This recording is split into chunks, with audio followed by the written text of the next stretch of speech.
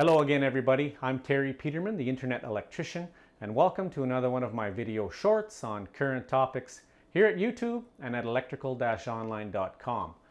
Today I'm going to tackle another project of under cabinet lighting. Now this is a different one than I've done before in that I'm going to be using LED puck lights from Aiboo lighting. That's aiboo.net, and they're available. The easiest way to purchase would be on Amazon, and I'm going to provide a link below here in the description where you can connect right through to the set and purchase your own if you like them. Now I'm going to do an honest review of these and an installation using my own method that I think is a suitable way to do it. And this set of 10 comes with either a hardwired cord or with a plug-in connection that you could do. So with a plug-in connection, anybody can tackle this project because it's all low voltage after you've plugged it into your LED driver. But with the hardwired set, you either need to hire an electrician to do the job for you, or you can do it yourself as well. Either way, you need an electrical permit. Now, if you're doing it yourself and you're not an electrician with a licensed company, then you need a homeowner's electrical permit. Now, I've checked here in our province in Canada. This is British Columbia, and the province has jurisdiction over electrical permits, and they can also grant that to the municipality. But in this particular municipality, the province handles the gas and electrical homeowner permits. So I've pulled a permit for this job. I've got a plan together, which you have to describe to them in detail of how you're going to do it, and then you have to get an inspection afterwards. Now, either way, a permit's going to cost you some money, so if it's the contractor doing the job for you, be prepared to pay. A homeowner permit was a little over $100, and I'm sure a contractor would add on some administration fee to that as well. So make sure you get the legalities done right. Let's get into this project. I'm going to show you where I'm going to pull the power to supply these from, and we'll go from there. So after unboxing the package, here's what the kit comes with. Here's that plug-in cord, connector cord. We're going to toss that aside because we won't be using it. Here's the hardwired cord. As you can see, there is just 2 wires at the end to connect to your circuit, and the female plug that goes into the LED driver on the other end. Comes with a set of screws and a couple wire connectors if you're going to use screws to mount the puck lights. Here is also some 3M sticky pads if you're going to just stick the lights to the underside of the cabinet, the remote control, and it comes with 10, of course, of the actual puck lights themselves. This is the LED driver. This is the LED controller, and that's the receiver for the remote. You don't need this if you don't want to use the remote control, but I don't know why you wouldn't. And then that plugs into this, which is a distribution block for all the LED puck lights, and they can also be connected, linked together one to each other. So it comes with 10 of these. I'm going to be using 7 of them spaced about a foot apart underneath my cabinet here. So one of the first things that popped into my mind when I got the kit is, how am I going to make this look decent underneath my cabinets? I don't have a valance underneath here, and I guess one option would be to install a valance under the cabinets so that I could hide some of that wiring, but there's going to be a lot of low voltage wiring strung around, as well as that the LED driver and the wireless receiver for the remote. A lot of stuff to hide. So I've got a plan together, and I'm going to show you how I'm going to do this, but it's the cabinet lighting themselves is going to be based on hiding the wires with this cord cover kit that I got from Legrand. So it's got this channel, plastic channel, which is good for low voltage wiring. And it's a whole kit that I got for about 30 bucks at Home Depot. It contains 3 of the pieces of channel and some outside, inside corners, a T, which I won't be needing, but this is going to help me do a nice installation and hide all that wiring. So let's get to where I'm going to pull the power from for this. So here's where I'm going to take my power from for these new LED lights. This is the switch for the ceiling light, and what we have here is we had the switch hooked to, of course, the ground wire on that bare copper wire, and then the 2 terminals of the single pole switch, they were connected to the red and the black wire. So what we have here is a 3-wire coming down from the ceiling light fixture and a 2-wire carrying on to the rest of this circuit. So the black and the white are hot all the time, and that red wire fed power back up to the ceiling light fixture to turn it off and on with this single pole switch.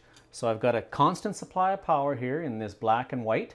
I'm just going to splice into the black, white, and neutral, and I'm going to add an easy box over beside it, and then I'm going to show you what I'm going to do to fish a wire from it up into the back of the cabinet where I plan on hiding my LED driver and that remote control receiver and the connection block.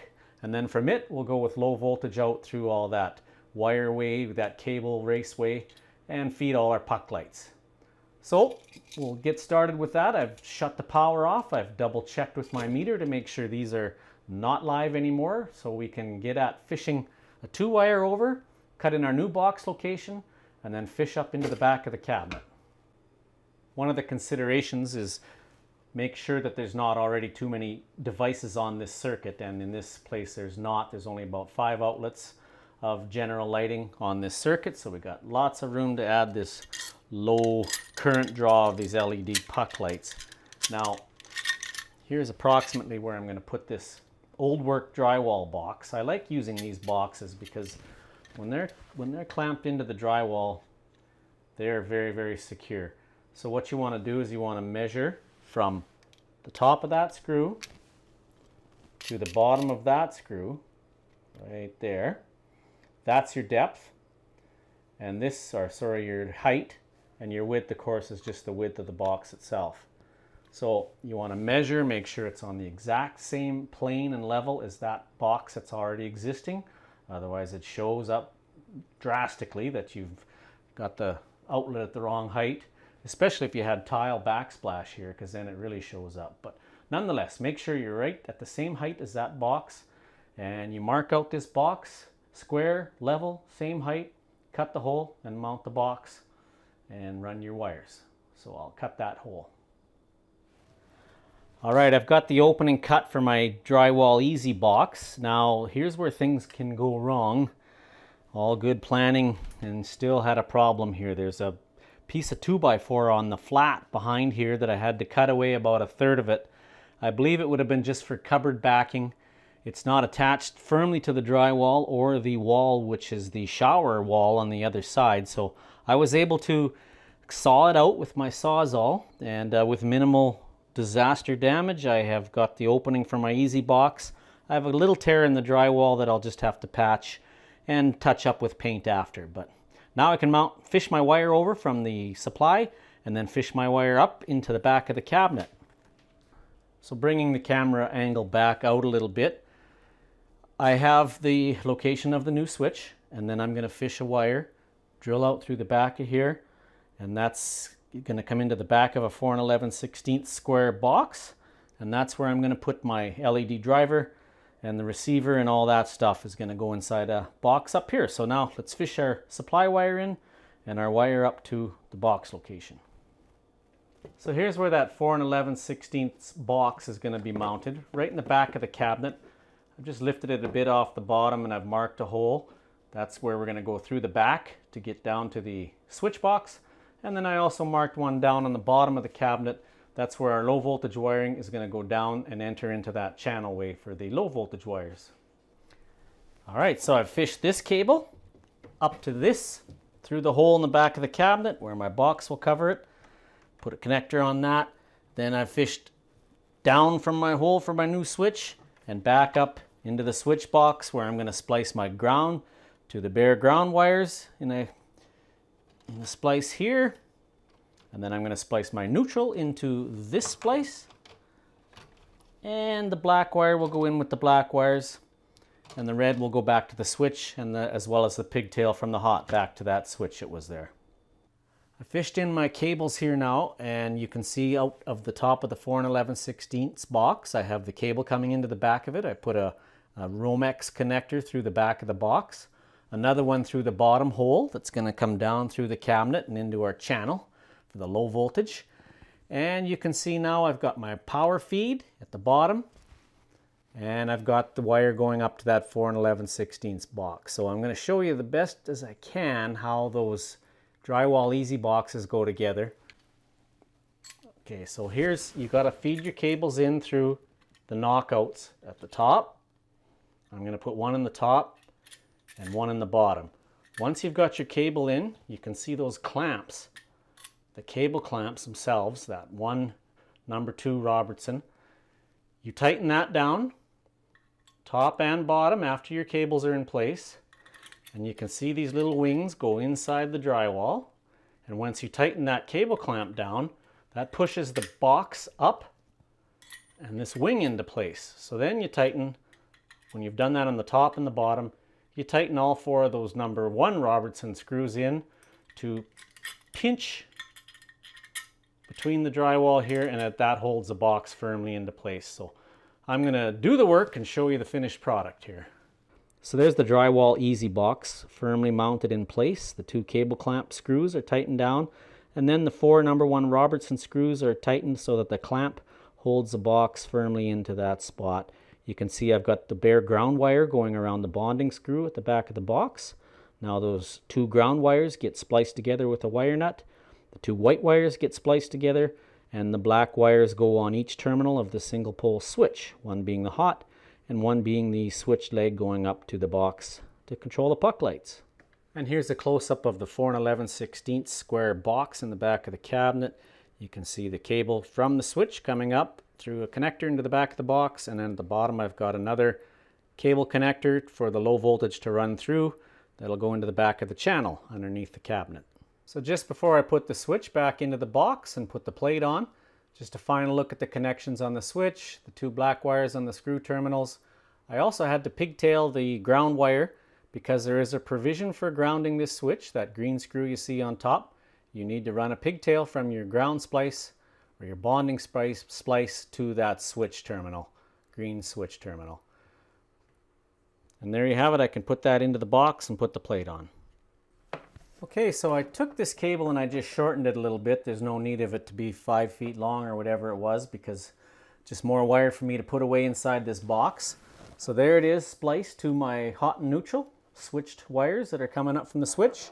The plug just simply plugs into the LED driver, and I've got to tuck that and the cable, the low voltage side, along with the LED controller, the receiver from the remote, and the terminal block all inside that box. So we'll deal with that after we start mounting the puck lights. So here's the channel I've stuck at the back underneath the cabinet near the wall. I started at the microwave here. This is with the lid open. All the way to here is where I drilled that hole down through for the low voltage wiring to come in. And then we go all the way into the corner. There's a corner piece to cover the corner, make it look nice in the back corner there. And then I can show you it coming all the way around. That corner will snap on back there and all the way out to the front of the cabinets on this side. So then all that's left now is to mount my puck lights, and again I think I'll use the sticky back for those, and if I need to, you can always screw them in after. And I'll just run that wire then straight back, drill a hole into the channel, and we'll find a way to staple up those wires nice and tight. You won't be able to see them because they'll be coming out of the back of the puck. And that's all that's left now, is to mount all these puck lights and tuck away the wires. So here's just a quick look at how they are all in place now, ready to tuck the wires into the channel. 6 lights I got. They're all about 11.5 inches apart. Okay, with a little careful planning and the help of a tie wrap or 2, I was able to get all the components fit into that 4 11/16 box. So now I can put the cover on it. There's the box with the cover plate installed. Now I'll finish tucking in all the wires for the puck lights and we're done. All right, so I've got all the wires tucked away in that wire channel and all 6 puck lights installed. So I think it looks pretty good. I'm quite pleased with the way this turned out. I'm just going to back this out now and show you a picture of how much light that actually provides on the countertop lighting. All right, so backed out at about eye level here with the camera. This is a daytime shot, of course, and I'm going to use my remote control to turn these on and just show you how much light the under-counter lighting provides. And of course, the remote, you have different modes, which I'm not sure when you'd ever use them, but you have blinking mode. With the remote, you can speed that up for the discotheque feel of a strobe light. You can slow that down. There's several different modes. But for under cabinet lighting, I'm not sure why you'd ever use that. And then you can just go to 100% brightness, 50% brightness with one touch, 25%. And you can vary that with the bright plus and bright minus buttons. So there you have it, a project complete. I don't know that you would need to go through all the effort I did to hide those wires, but without a valence, I'm not sure what you would do with all those excess wires. You'd have to be fairly creative to hide them and wrap them all up and make it look nice. So I like the way it looks now with the wire mold that I used underneath there to hide the wires. And I like the way that I hid all the components inside the cabinet. Only took up a little bit of cabinet space with that. So it made a nice, neat job. Overall, I'm impressed with the lights. They are very bright. It's going to provide us much better lighting in the kitchen here for under cabinet. And again, if you want to purchase these from Aiboo, you can do that through Amazon. The link is below, and while you're down there at that link, don't forget to like this video and subscribe to my channel. That way you'll be the first to know when there's new videos. Thanks again for watching. I'm Terry Peterman, the Internet Electrician. Thank you for watching. I hope that you learned something useful from this video. My goal is to help you out with your small home electrical projects or minor repairs, and to help you complete them both safely and competently. Please feel free to like, comment, share, and subscribe to my YouTube channel here. And for more helpful information, visit my website at electrical-online.com. And if you'd like to learn more about home electrical, my program, The Basics of Household Wiring, is simply the best electrical educational information you will find. And it's available as a DVD or an instant download. I also use this information as the core material for my best-selling course at udemy.com called Learn the Basics of Household Wiring, the Electrical System A to Z. And of course, you can find me on Facebook and Twitter. But what if you need help with something right away? I'm one of the experts on the Magnify app. That's Magnify with an I. You download the app and search for the Internet Electrician from your smartphone. You can get instant assistance. And I'm also a certified expert on the JustAnswer.com team. There are links below in the description here to everything that I've told you about. So until next time, thanks for watching. I'm Terry Peterman, the Internet Electrician.